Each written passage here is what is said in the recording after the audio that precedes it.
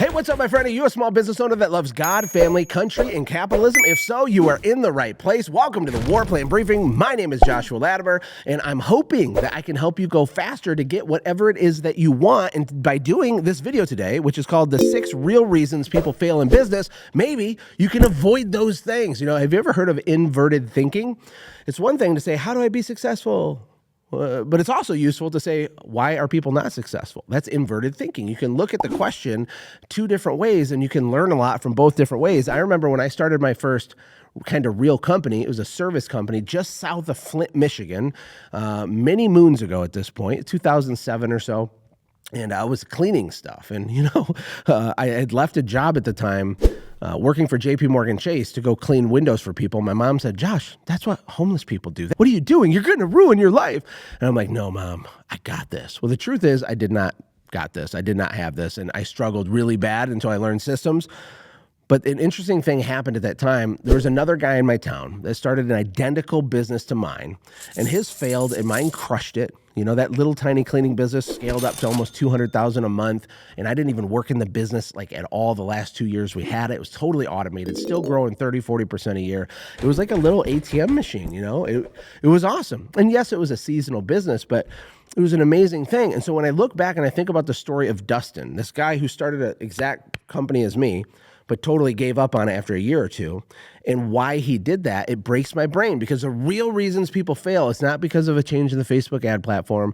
It's not because your supply chain costs shifted or something. It has to do with our brain. The whole battle is between our ears, right? And I'm not going to be some woo-woo guru with this, but there are things I've noticed coaching over 1,000 business owners that are reoccurring themes that once you break or reframe these 6 things, once you do that, things change really fast. I saw a video from Myron Golden yesterday, and he reminded me of something he says all the time, which is it's actually easier to make a lot of money in a short period of time than it is to make a little bit of money over a long period of time. But those types of results won't happen for you unless you can dig into yourself, ask better questions, really look at your childhood and the false beliefs you have that are literally sabotaging your ability to get further ahead than you are. Are you living on Mount Just Enough, right? Are things kind of going good enough, which makes it difficult for you to like walk through the fire and go to the more than enough mountain over here? This is very common. So the first real reason people fail in business has to do with shame.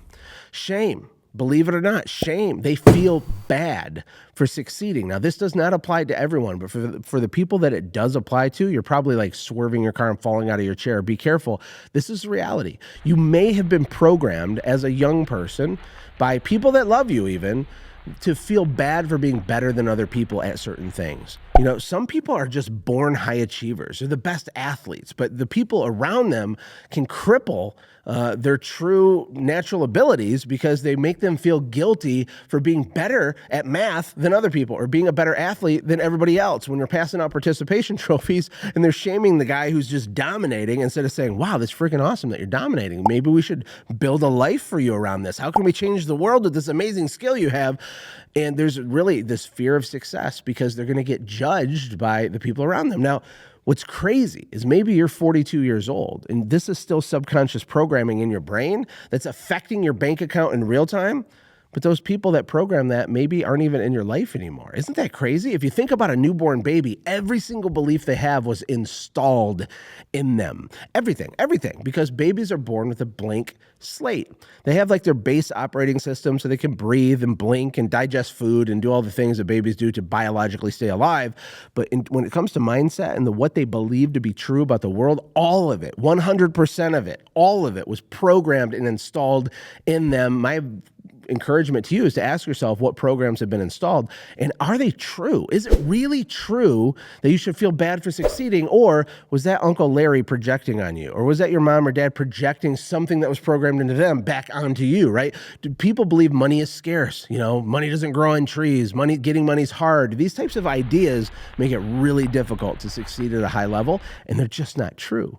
right? They're true if you want them to be true. They'll be true for you, but they're not categorically true across the board. They're just not, because it is easier to make a lot of money in a short period of time than it is to make a little bit of money over a long period of time. If you have a job, that's like the worst offer ever. You have to work like 10 years and you make your 30 grand a year. You're giving away 10 years of your life for $300,000. That's crazy. I know people that make $300,000 in a day, and they're not smarter than you. They have more leverage, but most importantly, they don't have shame around money. They don't have these weird false beliefs that ruin their opportunity for them. The second thing, the second reason people fail is pride.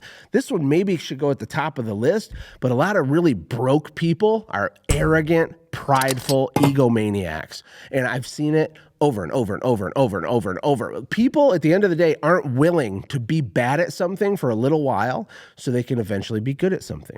They don't want to try to learn new things because they don't want to look stupid. This is all ego-based. It's idiocy. It's stupidity. It's ignorant, right? I don't want that for you, but you got to be honest with yourself.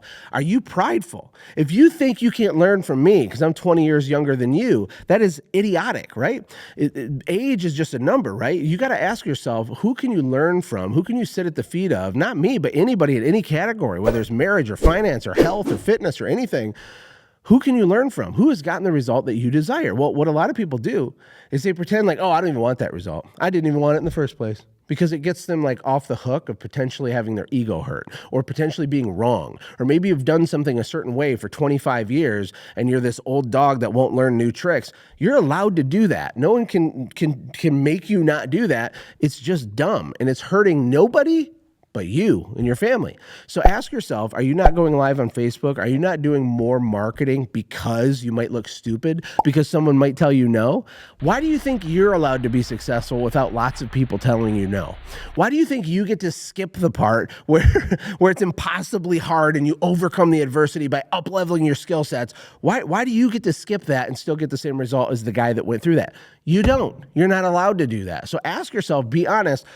Is there a pride issue, right? Are you not willing to be bad at something so eventually you can be good at something? And are you dealing with shame? The third thing is impulse control. This is a big one that's been studied by universities and Stanford and Harvard and Oxford and all these things.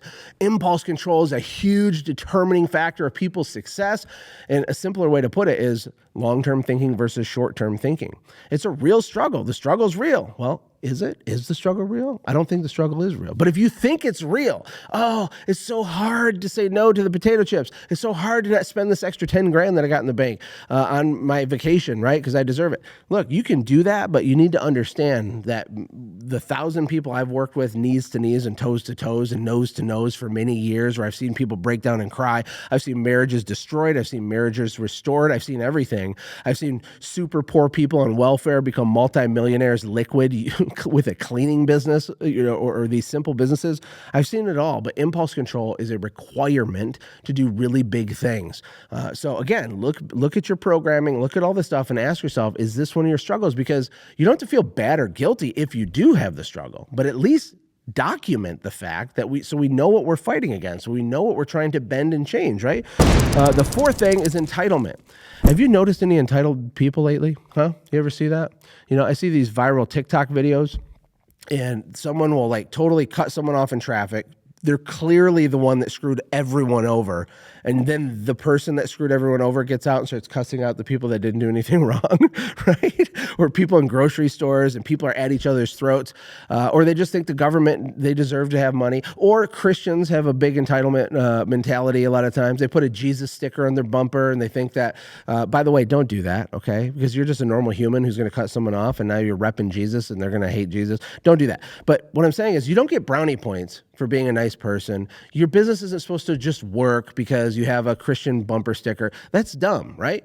That's a sense of entitlement. You're not entitled to anything except opportunity. There's a huge difference between equal opportunity and equality of outcome. Like everybody is not guaranteed, nor should they be ever guaranteed the same outcome, because that's insanity, right? If you have a distribution of 100 people and they all take a test and you give them all the average score that they should get, that's how you ruin societies. That's how you punish high achievers, the people that actually create all the jobs, the people that pay all the taxes, the people that make everything function. Go watch the movie Atlas Shrugged if you want further details on that. But entitlement mentality is a big, scary thing that's growing by the minute. it. You need to ask yourself if you're participating in it. I see husbands have an entitlement mentality when it comes to sex in their marriage. I see women have an entitlement mentality when it comes to money from their husband's business, right? It's everywhere. We got to check ourselves with it and ask ourselves if we're doing that, right? Sometimes we misunderstand the price of success, and it's harder than you thought it would, and you have a choice. Be entitled and feel sorry for yourself, or take responsibility and keep moving. The fifth real reason for people's failure in business is they get fatigued because they don't have enough stamina. Sometimes I teach this idea called marketing stamina. You got to do marketing for like a long time to get good at it so that you can hit a winner and make $1 million. You know, the value of the one winner is so big, but people aren't willing to have 14 failures to get to the winner, where the timing's right, the targeting's right, the offer's perfected, the scripts are dialed in, right? Everything just, you figure it out, you crack the code. That's worth millions to your company. But people quit before they get the record deal, man. They give up. They don't have any stamina, no marketing stamina. But it's not just with marketing. They don't have employee stamina. They get screwed over 2 or 3 times in a row, and they like throw the baby out with the bathwater, and they're like, nope, screw it. I'm just going to do it myself. And you're allowed to do that. And it's still better than maybe having a dead end job working for Bob or something. But it's risky to not grow your business, because if you get hit by a bus, you don't have any assets. You don't have any income anymore, right?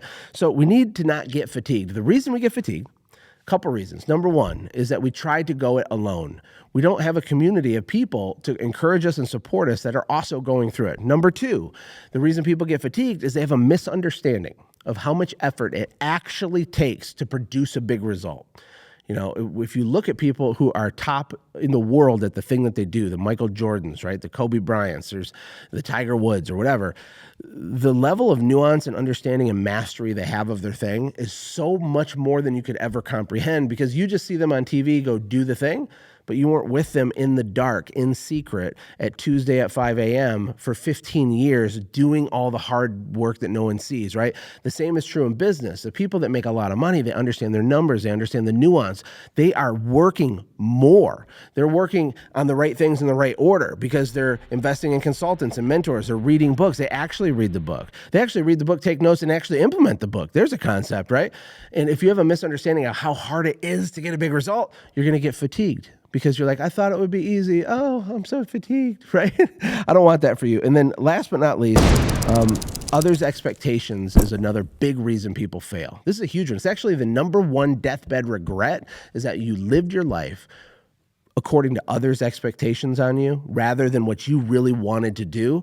This is really sad, but it's true. Are you doing this? Is this part of you? How long do you have to wait before you pivot and take back control? Are you going to be 64 and still trying to impress your high school guidance counselor from 50 years ago, right? Are you going to do that? Why would we do that? Don't do that. But maybe you don't realize you are doing that. The expectations of your parents, your family, your friends, even your spouse, you got to figure out, like, what is my deal? What do I want? Because it's easier to succeed when you're doing what you feel you were meant to do and you're not banging your head against the wall in an effort to accommodate other people's expectations. I don't want that for you.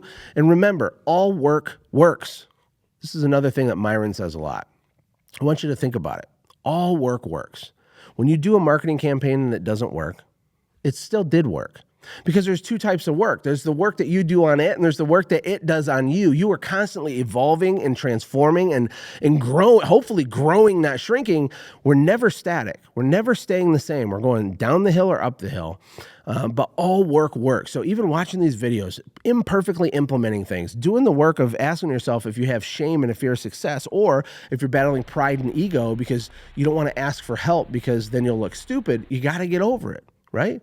And you know, the impulse control thing, we talked about entitlement, we talked about not having stamina and getting fatigued or living your life by other people's expectations. Look, doing the work to think through these thoughts for yourself is valuable for you. And I appreciate you being here. You're super busy. The internet is huge and you're here, which is amazing. Thank you. Thank you. Can you share this content or this channel or comment on what your favorite part was or something that you thought I missed? It would mean a lot to me and my team. And until next time, I'll see you in the next video.